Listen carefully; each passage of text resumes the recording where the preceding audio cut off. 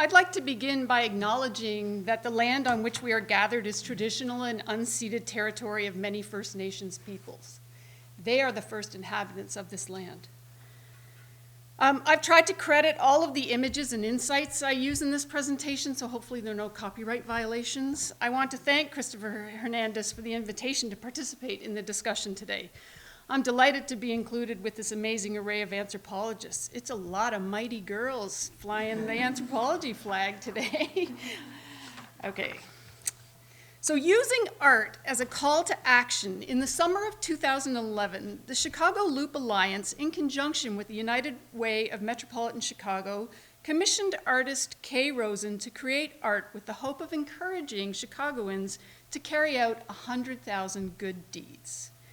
The installation was part of my daily bus commute through Chicago and which allowed me to contemplate the good I do or do not do, and the difference that my anthropology makes. What does it mean to make a difference? A difference to whom? How do we measure difference? What kind of difference do we want to make? I'm glad to be following you, Chris, to be clear right now.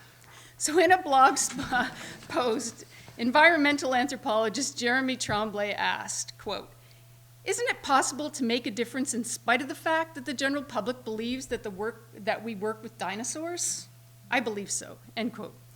I'm an archaeologist and a teacher, and while I don't do dinosaurs, I believe that my engagement with students makes a difference.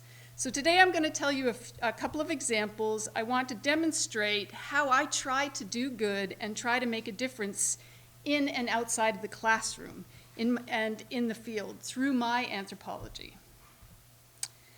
Anthropology has a unique set of tools for understanding the world within which we live, and sharing those tools more broadly can be beneficial and can make a significant difference in how people think and act in their daily lives.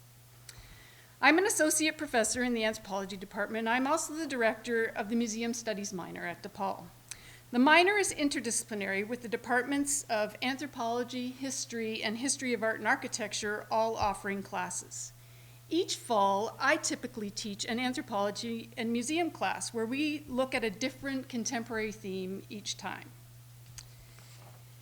In the fall of 2018, connecting with the global call to decolonize museums, to repatriate items stolen during colonial periods, to rectify injustices in exhibit display, and recalling Depaul's core mission, which is to address everyday injustices, we embarked on a quarter of social justice and museums, using a number of Chicago institutions as our loci for inquiry.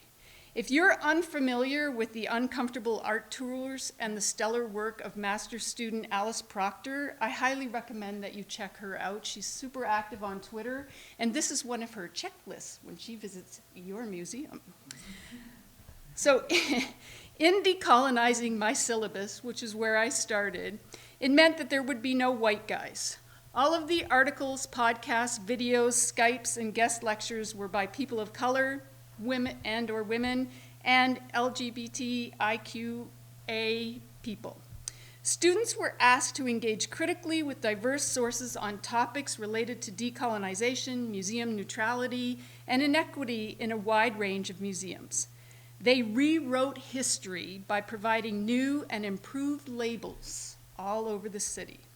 This is the new Balbo Monument label by Becca Wright, which included a police tape surrounding the column, highlighting where the column is from, because there's no information on that anywhere unless you dig deep.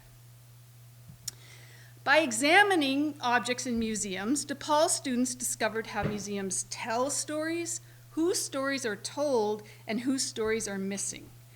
Grounded with background materials, class discussion, and after deconstructing the Louvre using apeshit by the Carters, students took on the Art Institute. Timed to coincide with DePaul's night at the Art Institute, students looked for examples of injustice in display, gender imbalances, missing provenance information, white-created images of non-whites, lack of black artists, issues related to LGBTIQA, and general bias all over the museum. The resulting papers provided a wonderful collection of creative thinking and individual reactions to the Art Institute. A few notable highlights included a student using their ethnographic skills, asking a Black security guard where they thought injustice in the building lay.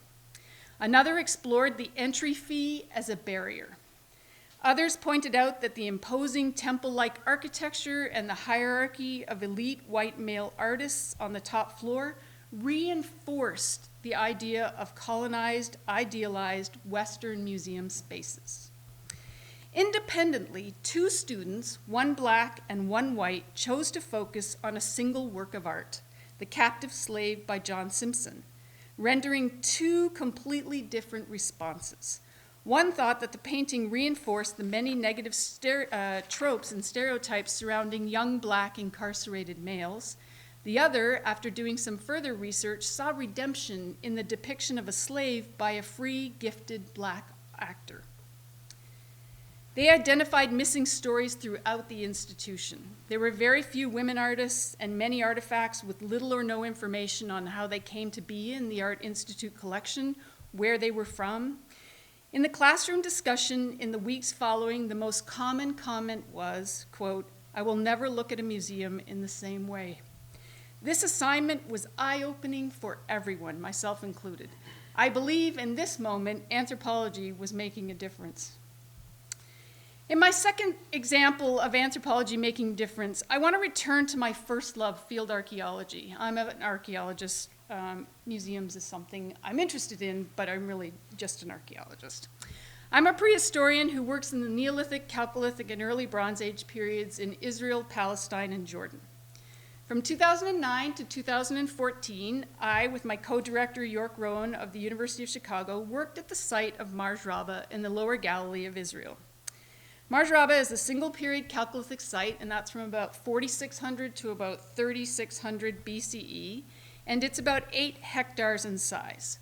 One of our purposes in excavating here was to shed new light on the rapid changes in craft production and specialization and agricultural expansion in a region where very little research from this period has been conducted.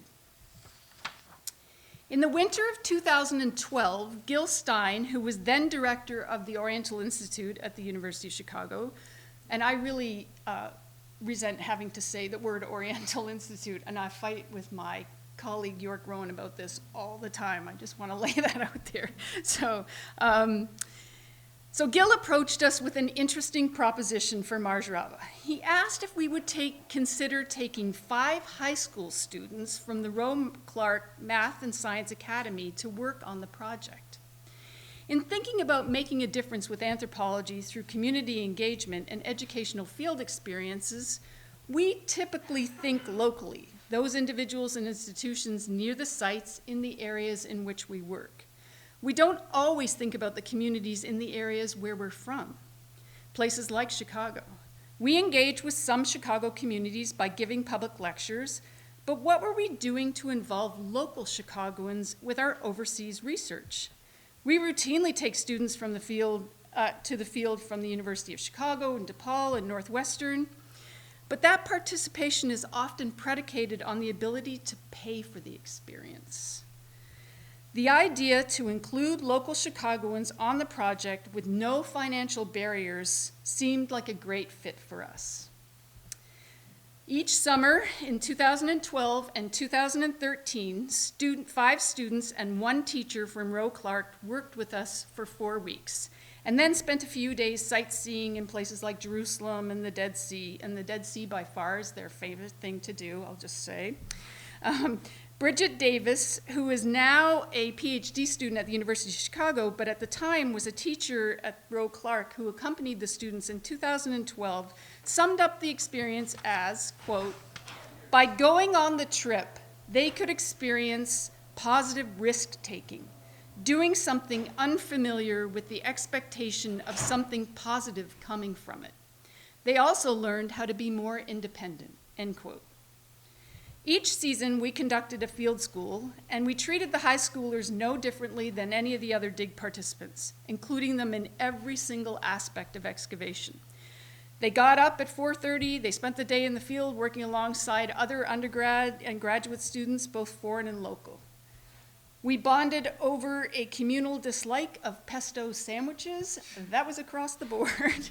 After a lunch nap break, we all gathered to wash pottery, to enter data, and carried out flotation. Doing flotation of the soil samples from the sites, the students learned how to separate items such as seeds from the debris, and one of the most exciting finds we had in the 2012 season was a lentil. And I know no one ever believes me when I say as an archaeologist, that is our best find ever. Domesticated lentil, we now know what people were eating, or perhaps what they were eating at the site. Yeah, none of the other students believed me either. No. We just couldn't get the high schoolers behind that, lentils. We couldn't even get them to eat lentils. So. In the evenings, we played cards, we listened to music, we ate hummus, or in the case of many of the high schoolers, we went off to find pizza because they were not interested in eating a lot of the food. On the weekends, we all went on trips to visit other archaeological sites. By way of preparation, on Saturdays in the preceding March and April, we met with the high school students to talk about the Middle East and to talk about archaeology. Part of the prep was getting everyone a passport and preparing them for air travel. We also discussed what life would be like on the dig, but as we all know, nothing really prepares you for the real thing, so a candy survey did not prepare them for this, so I'll just say. But I don't want to leave you with the idea or thinking that we produced 10 budding archaeologists and that everything was smooth sailing, because it was not.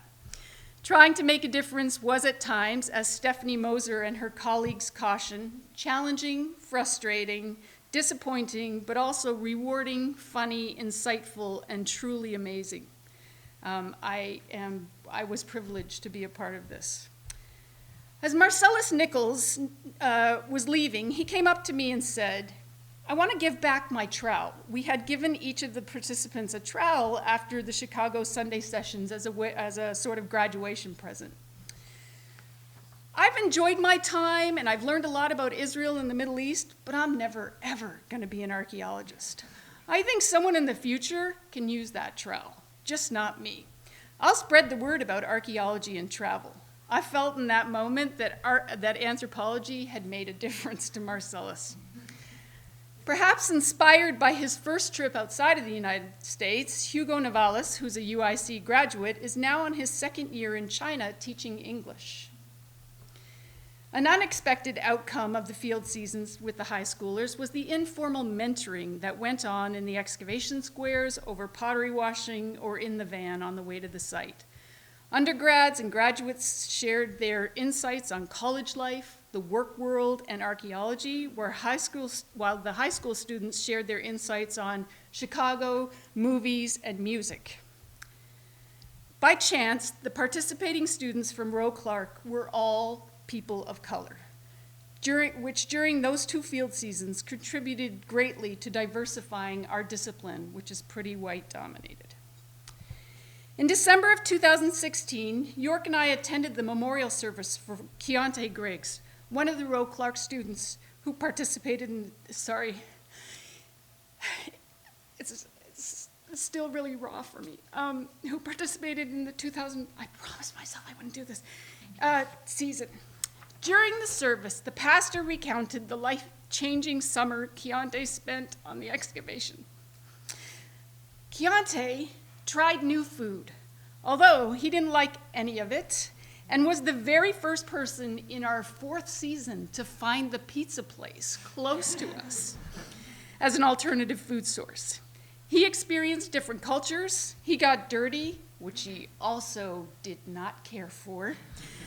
He learned archaeological skills, and he met new people. He was quoted in a University of Chicago publication about his experience of finding a basalt grinding stone.